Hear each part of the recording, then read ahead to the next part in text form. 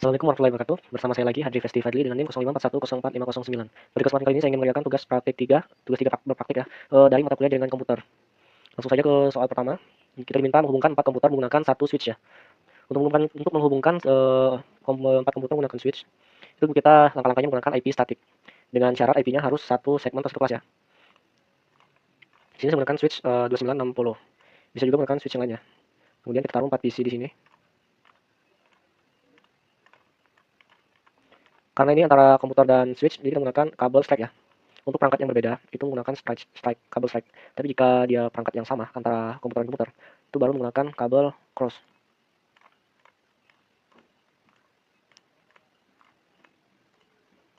Nah, jika sudah, beri setiap komputer IP ya.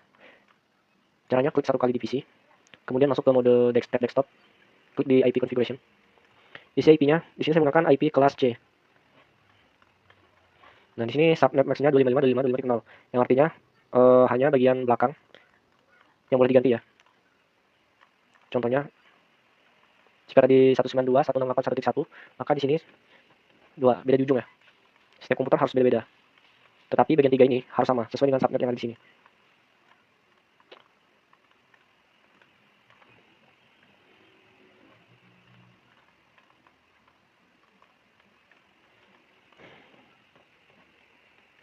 Nah, jika semua IP sudah diisi, lakukan pengujian di bagian desktop, kemudian command prompt. Kita ping satu persatu perangkat yang ada di sini ya. Ketik ping, kemudian di sini IP-nya 1.1 tadi. Enter. Jika muncul reply dan di sini ada ping juga time sama titik L ya. Berarti perangkat sudah terhubung ya dari sini ke sini. Terus kita ping dari sini ke sini. Di mana IP-nya itu 1.2. Sama juga. Kemudian 1.3 ke yang di sini ya, PC 3. Ya.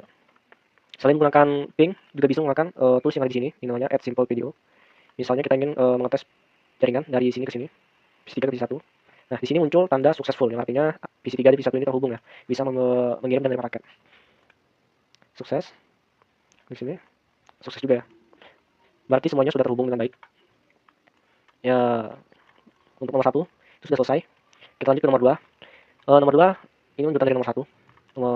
Tapi di sini kita disuruh menambahkan satu server HTTP. Untuk membuat server HTTP itu kita tambahkan satu server dulu. Kita boleh ganti ya namanya. Kemudian kita hubungkan. Caranya itu hampir sama seperti menghubungkan PC tadi ya. Di sini kita juga ber-IP. Kita sudah masuk ke bagian service.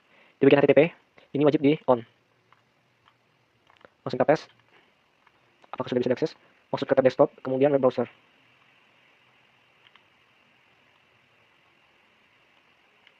Masukkan IP dari server HTTP, yaitu 192.168.1.5. Nah, di sini sudah keluar. Ini template default dari Cisco-nya ya. Ini berarti PC sudah berhasil mengakses server HTTP. Jika kita tes ke sini, itu sama juga.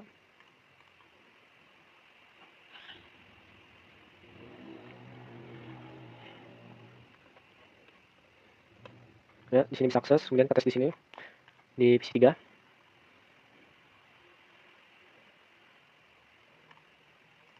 PC juga bisa mengakses ya. Kemudian di PC 2.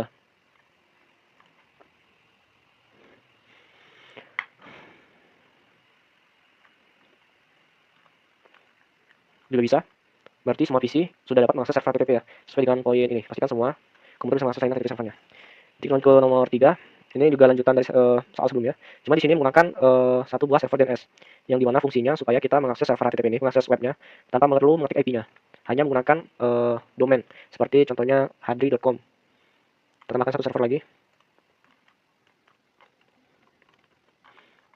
Kemudian hubungkan menggunakan kabel strike. Beri IP seperti sebelumnya.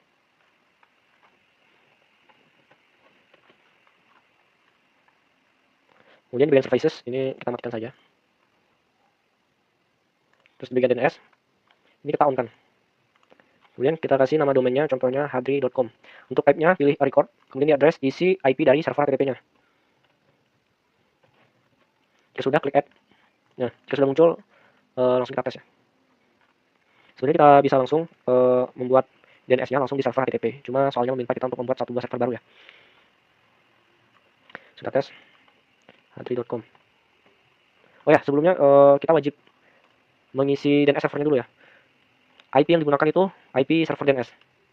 Ini 192.168.6. Cuma saya kurang tahu ya mengapa walaupun kita tidak mengisi DNS server, tapi masih bisa membuka domainnya ya.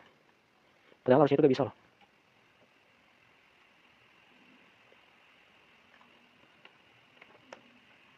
Ya, sudah bisa diakses ya. Terus di sini PC sini juga kita ubah DNS-nya itu 192.168.1.6.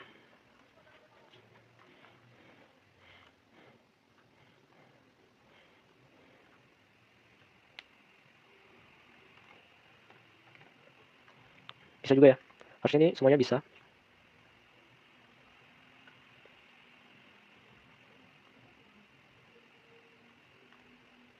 Semuanya ini bisa dengan catatan kita harus mengisi DNS servernya.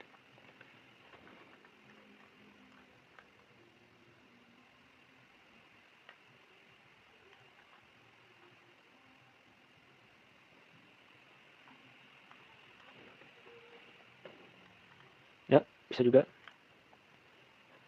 di sini.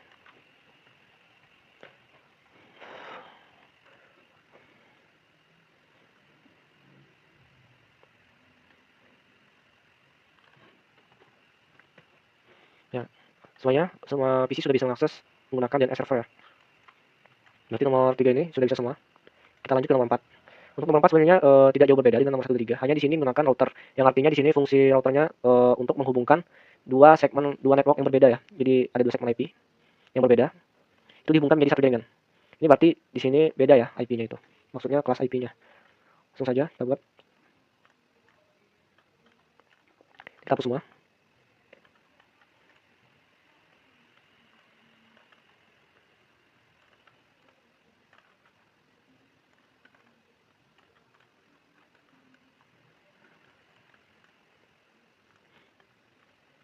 Untuk router kita menggunakan tipe 1841 ya. Kita ikut yang ada di soal saja. Yang tambahkan switch.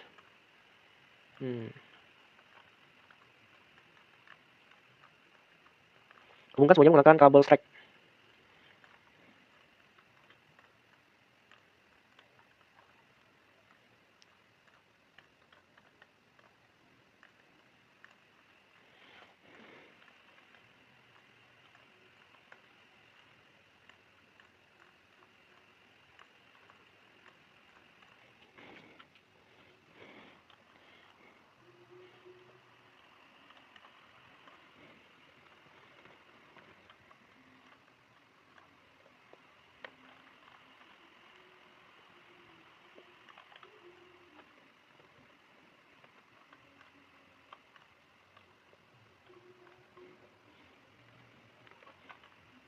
Nah, saya rasa topologinya sudah sesuai dengan gambar ya. PC 0, telkom.com dan server. Sini ada PC, telkom.com dan data server. Sini juga ada switch, kemudian hubungkan lagi ke router, ke switch lagi, telkom.com dan PC. Di bagian sini saya menggunakan IP kelas C ya. Sedangkan di sebelah sini saya ingin menggunakan IP kelas A.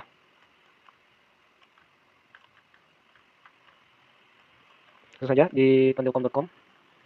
Sini kita isi IP-nya itu 192.168.1. Kemudian di bagian service kita nyalakan HTTP-nya ya, karena ini sebuah web server. Dan kemudian untuk PC 2 kita isi juga 192.168.1.2.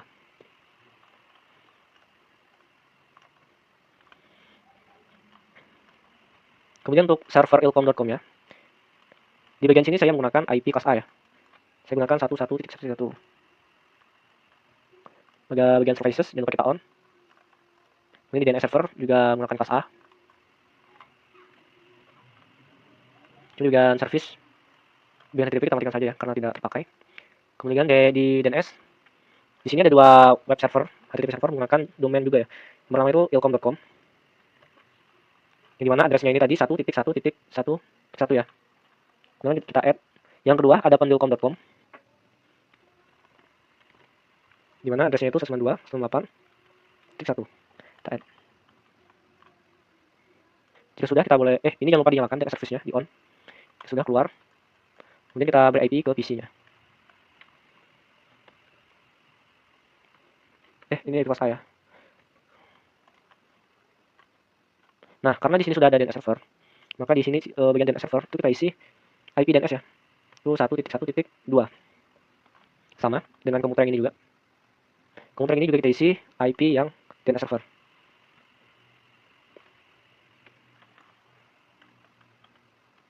Nah, pada sampai konfigurasi ini.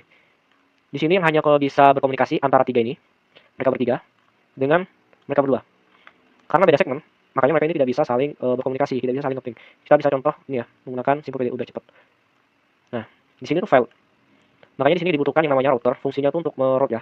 Jadi dua network ini, IP yang berbeda, maksudnya beda segmen, itu bisa terhubung. Caranya gampang. Pertama kita tentukan dulu di bagian sini kita terhubung ke interface mana ya. Nah, di sini tuh FA 0 per 0, yang artinya Fast Ethernet 0 per 0. Kita masuk di bagian config, kemudian kita masuk Fast Ethernet 0 per 0. Port 1 kita kasih centang. Kemudian kita kasih IP yang satu segmen dengan jalur ini ya. Tapi yang berbeda, 192.3.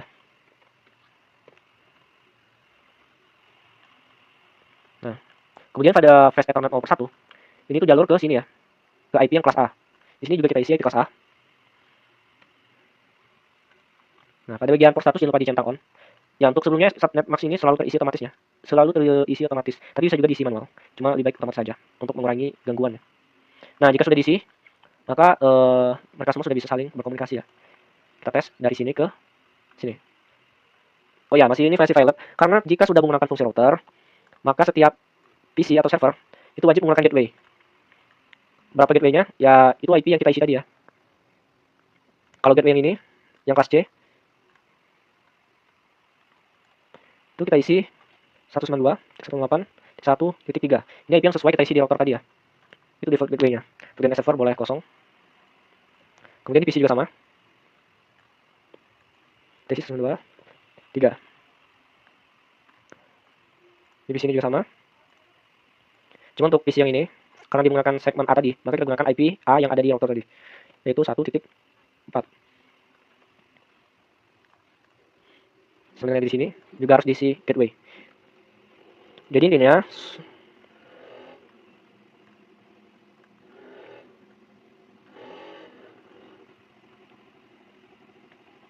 itu setiap perangkat yang terhubung dengan router itu wajib menggunakan gateway ya. Jika tidak, maka hitungannya itu dia tidak terhubung dengan router.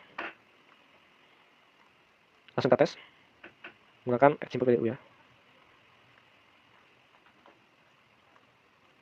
Nah, di sini sudah sukses ya. Sukses tadi kita coba. Kita ikut ini aja ya. Panduan. Ping dari komputer PC 0 ke PC 1. Pastikan PC 0 dan PC 1 pasti terhubung. Berarti kita coba ping dari sini ke sini. Ping 1.1.3. Ini 3 ya. Nah, muncul repliform TTL sekian. Ini titik 3, bisa lihat ya di sini tuh 1.1.3. Kemudian kita tes dari sini, ping juga. Ya, di sini juga terhubung. Kemudian ping dari komputer PC 1 ke PC 0. Ini udah ya. Buka web browser, akses ilkom dari PC 1. PC 1 berarti yang atas, enggak yang bawah ya. PC 1, halaman ilkom harus terbuka. Berarti kita buka PC ini. Kemudian buka web browser.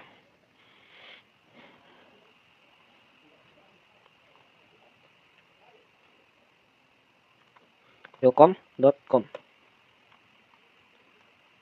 Nah, di sini terbuka. Ya, untuk membedakan antara web pendilkom dan ilkom, di sini kita bisa mengedit HTML-nya ya. Di bagian service, kemudian di bagian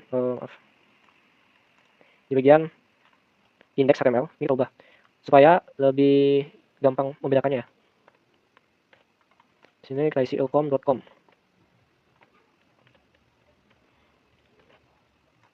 Sini kita save. Yes. Nah, ini kita coba akses ulang. Nah, tuh ya.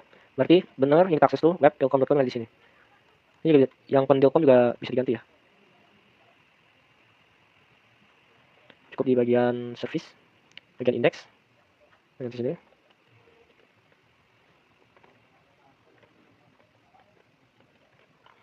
Save. Yes. Ini juga kita paste pendilkom.com.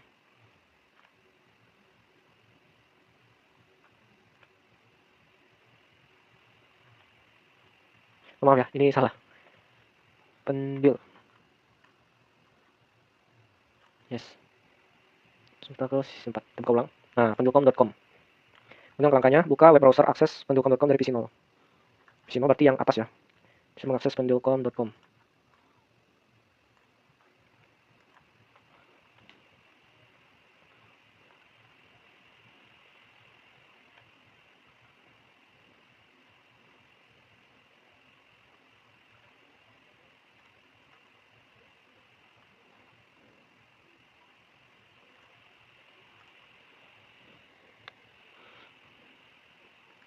Kita akses pendulcom.com. Ya, di sini sudah bisa mengakses. Jadi semua langkah-langkahnya sudah selesai. Ini saja yang bisa saya kerjakan. Sebenarnya jika ingin lebih lanjut, lebih berkreatif ya. Pada router ini kita bisa membuat salah satu IP DHCP. Jadi kita tidak perlu lagi membuat statik mengetik satu-satu. Bayangkan ini jika ada 10 atau 100 PC, maka kita akan kewalahan mengisi satu persatu IP-nya. Digunakan router untuk membuat satu DHCP server ya, supaya IP-nya itu otomatis. Karena di panduan itu mengisinya statik semua. Jadi kita ikuti saja. Ini juga mengisinya sebenarnya bisa menggunakan CLI.